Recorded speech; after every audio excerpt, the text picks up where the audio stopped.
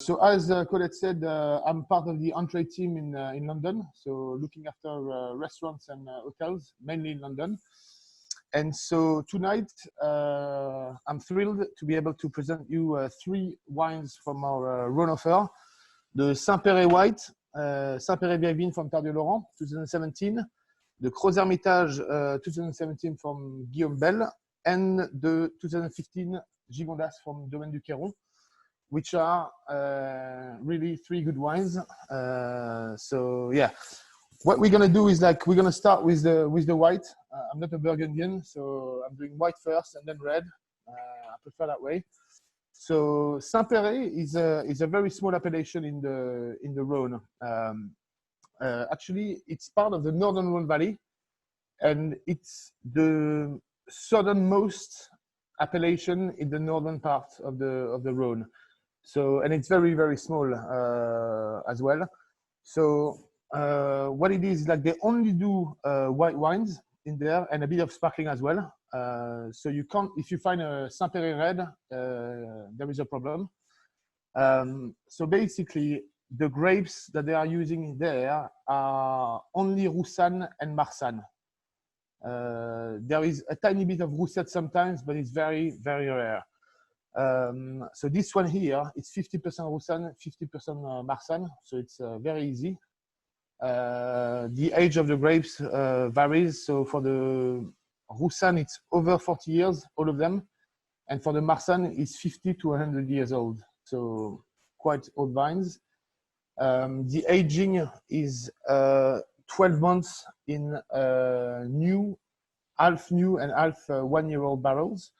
So they really try not to overpower the juice with the oak. Just give it a tiny touch with a bit of spice, which is, yeah, they do it really well. 2017 in the Rhone was pretty tough. Actually, the spring was quite cold, and therefore led to some frost earlier in the season. And so, therefore, yeah, most of, enfin, a lot of vines were affected, and that was followed by a very, very hot and dry summer, which put even more issues, I would say, for the producers. But as often when it's like that, the result is quite astonishing, because the vines who have actually produced juice have produced some really, really good juice. So yeah, quality overall there is quite rather excellent, and has made some really, really well balanced wine, which is the most important in wine. So for the Saint-Péret Blanc, I've got it already in my glass. I would suggest that you don't drink it too cold, more around, I would say 10 to 12 degrees, because you've got more richness coming through. It's, I mean, as I was saying before, it's one of my favorite wines that we have on the portfolio. I love wines who have loads of tension, loads of acidity, who are not too fruity, more on the floral notes. And here, that's what we've got. If you see the color, it's slightly green straw, I would say. And the nose is like quite already spicy and a bit nutty as well. So quite interesting to have it there. For the taste, yeah, as I was saying, like very well balanced, like an attack more like on the orange zest tangerine.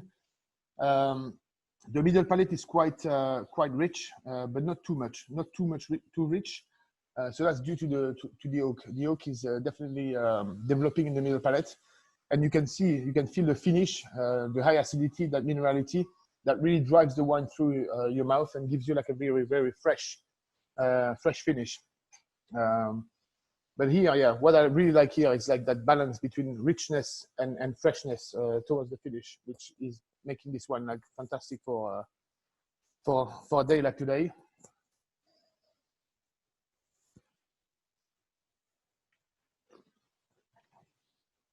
Yeah, so basically, yeah, the overlay is like mostly floral here, I would say. and a bit of, yeah, as I was saying, orange zest and tangerine. And yeah, in terms Can of... you show us the bottle, Julien? Ah, sorry, no, I didn't. I went straight to the glass. That is it. Saint-Péret 2017 Vieille Vigne from Tardieu-Laurent. Amazing, thank you. In terms of pairing here, what I would suggest, I love Thai curries. So green Thai curry here would be fantastic because the richness will really match well the coconut milk, and the spiciness as well. With the spiciness of the curry will be enhanced with the wine. So it's yeah, a good choice for my taste, that's for sure. So if you like Thai curry, green Thai curry, try it because it will go really well. Great. What about these grape varieties? Are they specific to this region, or can we find them somewhere else, in France or anywhere else? Roussanne and Marsanne are mainly in the Rhone. Enfin, they are Rhone varietals. So Roussanne, Marsanne, you got a bit of claret and what did I say before? It went off. But yeah, mainly in the Rhone.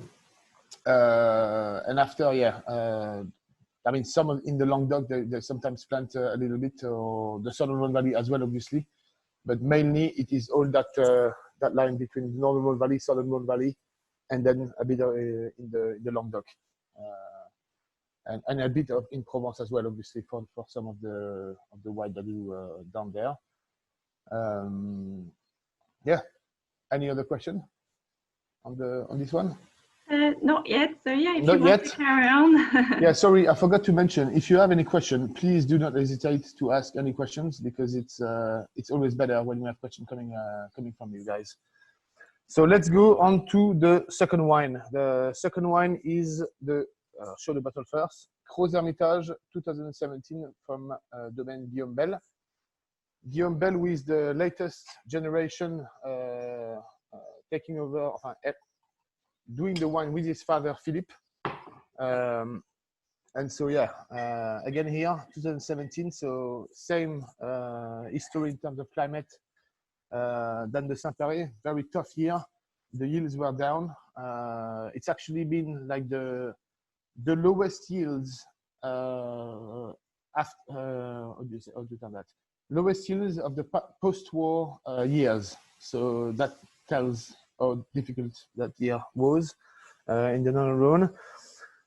Gros Hermitage, it's an appellation that dominates the northern part of the Rhone Valley.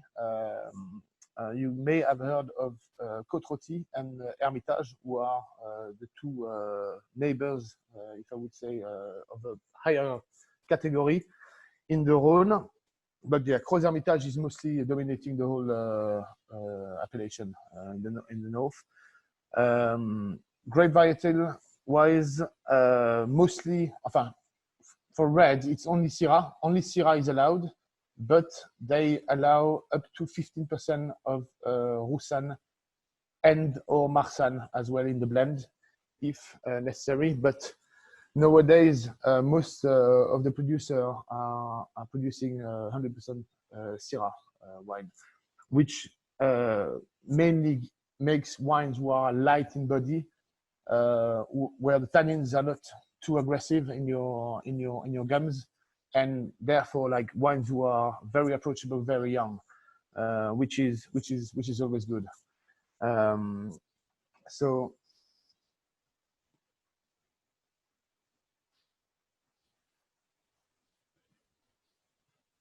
in terms of nose here, you are definitely more on the red berries, a bit of blackcurrant as well. But it's like, yeah, forest fruit, peppery. It's like very nice aromas actually of berries in there. And you will see for the one who have the wines with them, when you taste it, those tannins are going to be really soft, really velvety, and not gripping at all on the palate, which is what you want from a Gros Hermitage.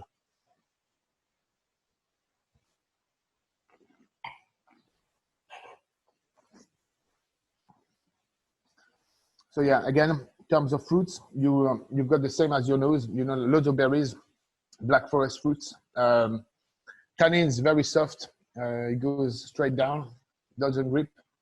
And what I like about this one as well, it's that lovely freshness in the finish. I mean, the acidity is quite settled, but still there, but settled. But then that fresh finish really carries the wine through your mouth and gives you like a quite long finish, which is always a good thing with wine.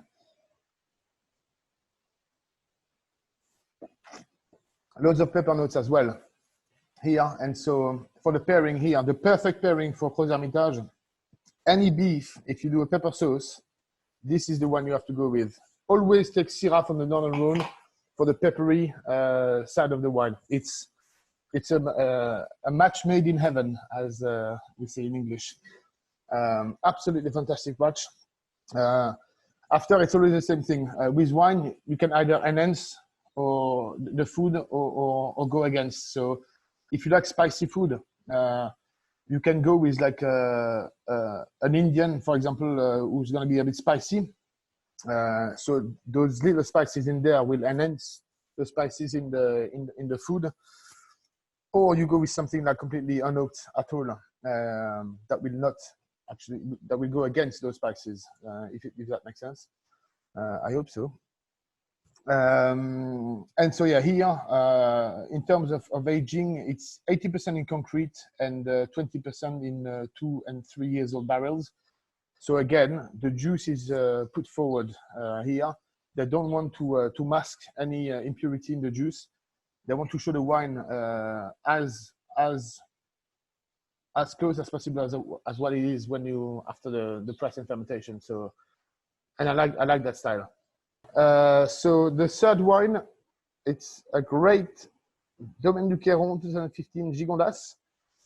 So Gigondas, as it is known, and it's a really funny fact actually, comes from the Roman Jocontidas, which means great pleasure and enjoyment, which I have plenty of with this wine, and I will have later on as well. So good. No, and Gigondas, more seriously, it's considered to be like the little brother of the Châteauneuf-du-Pape in the Southern Rhone appellations. It's close by, so Châteauneuf-du-Pape, yeah, slightly northeast of the Châteauneuf-du-Pape area. It can only be produced in the Gigondas village down in the Vaucluse.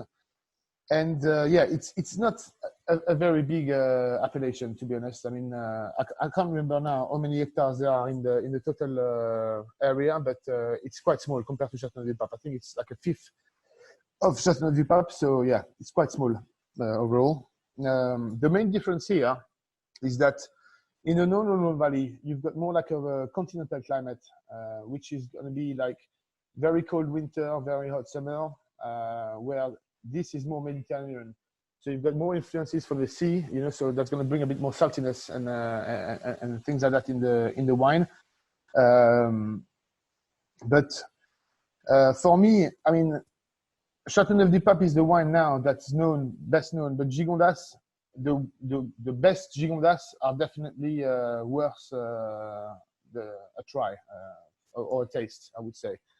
They are cheaper and they are mainly better done, you know, better made, because you've got less grape varietals allowed. Mostly for this one is sorry. The rule for Gigondas is Grenache. You can have only 80% maximum of Grenache, a minimum of 15% Syrah and or Mourvèdre, and a maximum of 10% of any of the other Rhone varietals apart from Carignan, which is very precise.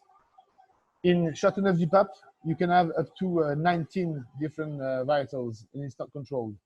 So here, at least they respect some kind of rules, which is always good. This wine, particularly, in 2015, got 78% of Grenache, 14% of Syrah, 6% of Cinsault, and 2% of Mourvèdre. So what you're going to have here is a wine that's going to be pretty full-bodied, I mean, I'm going to pour some as well. So you can see here, I mean, there is a bit more oak than the Gros Hermitage, but still, they put 100% of the wine, the juice, in foudre. So they are the 2,000 liter barrels, not the small ones, and they are old foudre. So that, again, they don't want to overpower the juice with oak, just enough to give those spices to the wine. You can see that as well. The color is slightly more purple, ruby purple, with a bit of a violet reflection, but mainly dark. And on the nose, I mean, it's only black cherry, black currant. This is what it is, like very, very dark fruits character due to the Grenache. But you will see here, because of the use, they don't use new oak, the tannins are really, really soft, which is fantastic for when well, this one is 5 years old, so obviously there has been a bit of aging in the bottle, but even young, the wine is very approachable.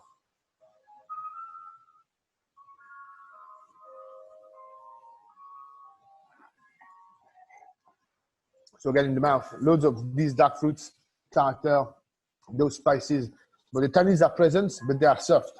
So it's a wine that you have to have with food. I mean, here it's barbecue season, so yeah, a good côte de bœuf, beef rib on the barbecue, a nice rare or medium rare max, not more than that, because you need the juiciness of the meat to match well. But yeah, no, fantastic wine. I think it's a very good value wine here for that appellation. And so what's really good with this is that also is the latest generation of the domain is run by the Faro family, and there are 3 sisters actually who are doing all the wines together. And it's only a 17-hectare vineyard, so it's very, very small compared to some other really, really big producers in the region.